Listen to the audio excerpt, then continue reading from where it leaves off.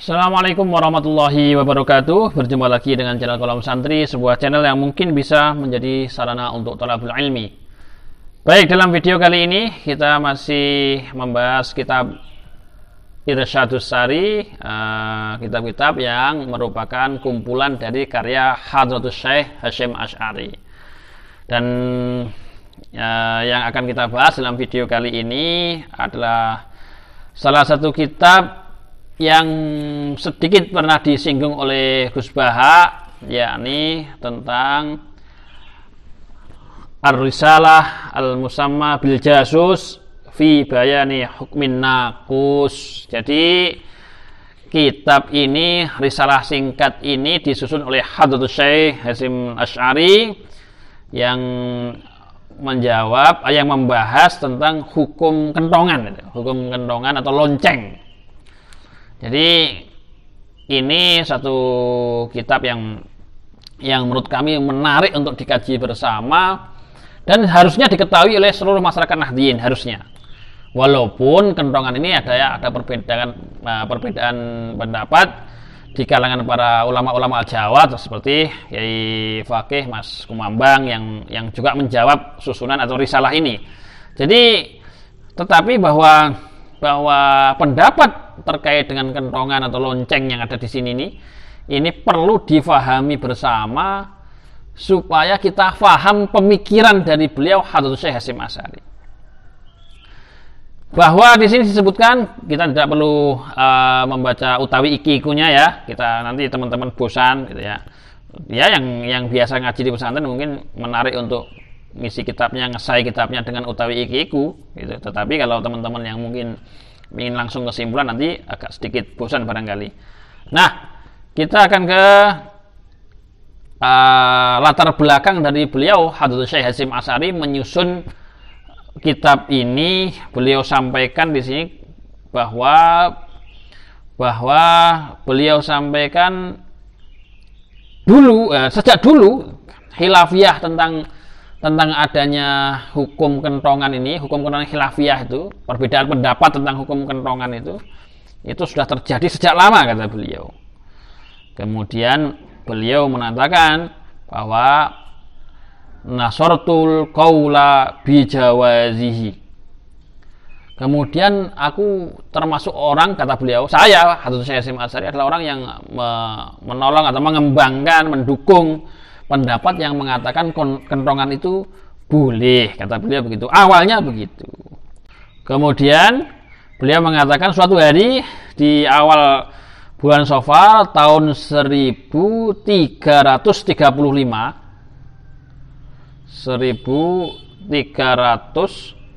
alfin wa salasumi'atin wa hamsin wa salasina, ya 1335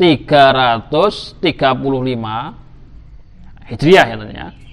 Kemudian beliau mengatakan bahwa saya melihat langsung dengan mata kepala saya dan saya mendengar langsung dengan telinga saya bahwa ada umat Nasrani yang mukul kentongan untuk supaya mereka mengetahui waktu ibadah mereka, bahwa itu saatnya untuk mereka umat Nasrani untuk beribadah. Dari sini, kata beliau, kemudian beliau merubah pendapatnya, bahwa kemudian beliau mengatakan fa'alimtu an-naswab, maka aku yakin, aku tahu benar bahwa yang benar itu adalah wal qaulu bit tahrim, tentang keharumannya kentongan itu. Kan aku melihat langsung umat Nasrani ternyata mukul kentongan juga, kata beliau begitu itu. Kemudian beliau mengatakan bahwa wa annal qaula bil jawaz naqibun anin nahjil mustaqim. Mereka yang mengatakan bahwa kentongan itu boleh, itu sudah melenceng dari jalan yang lurus, kurang lebihnya begitu, menyimpang dari jalan yang lurus. Maka dengan alasan itu kemudian beliau menyusun susunan risalah ini yang dinamai Al-Jasus fi Bayani Hukmin Naqus. Jadi ini yang melatar belakangi beliau dulunya itu ijtihadnya itu kentongan itu boleh. Kemudian ketika sudah melihat suatu hal yang ternyata umat Nasrani mukul kentongan juga, maka kemudian beliau ijtihadnya berubah. Nanti kalau kita kaji di usul fikih ya al-ijtihad lah, yang kudu bil ijtihad. Nanti kita akan bahas di video yang lain lah. Kemudian di sini dibahas bahwa definisi nakus itu apa? Bahwa definisi nakus, pengertian nakus di sini ini adalah suatu hal yang dari kayu atau dari besi. Ini banyak referensinya di sini dibahas. Yang ada lubangnya di dalamnya, kemudian dipukul untuk menandai sesuatu, itu namanya nakus. Jadi lonceng di sana masuk, kemudian kentongan juga masuk di sana. Dan inilah kemudian beliau di sini mengatakan bahwa fasti'malun nakus, penggunaan kentongan itu atau lonceng, beliau sampaikan bahwa fasti'malun nakus ma'al adzan, penggunaan kentongan kemudian dilanjutkan dengan adzan itu adalah mencampur adukan syiar agama kafir dengan syiar agama Islam. Ya, itu namanya kholatu syiari dinil kufri bi syiari dinil Islam.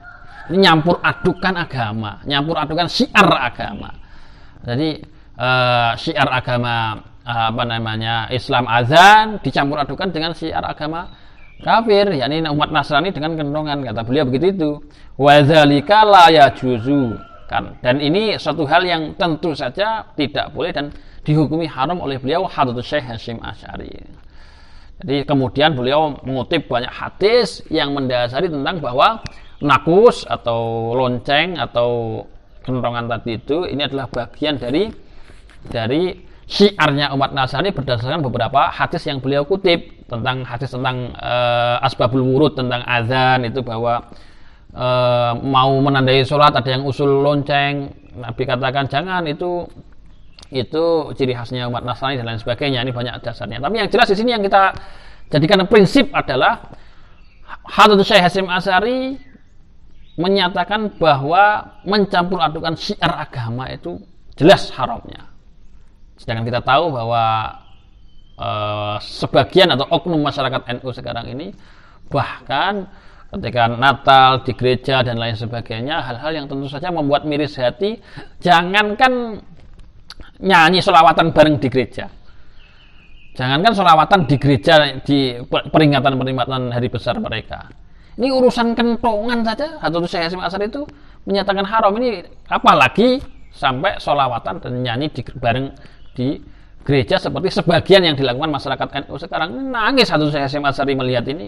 Sekarang ini pasti ini orang yang mengaku mengikuti Hadratus Syekh Hasyim Asy'ari kok seperti itu. Ini kan satu hal yang sangat jauh sekali dari apa yang menjadi prinsip dan pemikiran dari Hadratus Syekh Hasyim Asy'ari.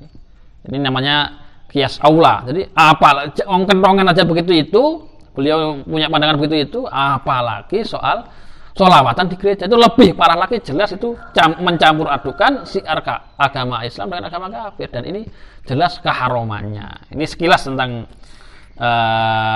risalah yang beliau susun, dan risalah yang sedikit sudah pernah dikutip juga oleh beliau Al-Mukarram Gus Baha. Kami kira itu nanti kita akan bahas lebih detail nanti bab-bab selanjutnya, kesimpulan-kesimpulan yang kita sampaikan. Teman-teman barangkali ini bermanfaat, ya, tunggu saja di video-video berikutnya. Kami kira itu, kurang lebihnya mohon maaf. Wassalamualaikum warahmatullahi wabarakatuh.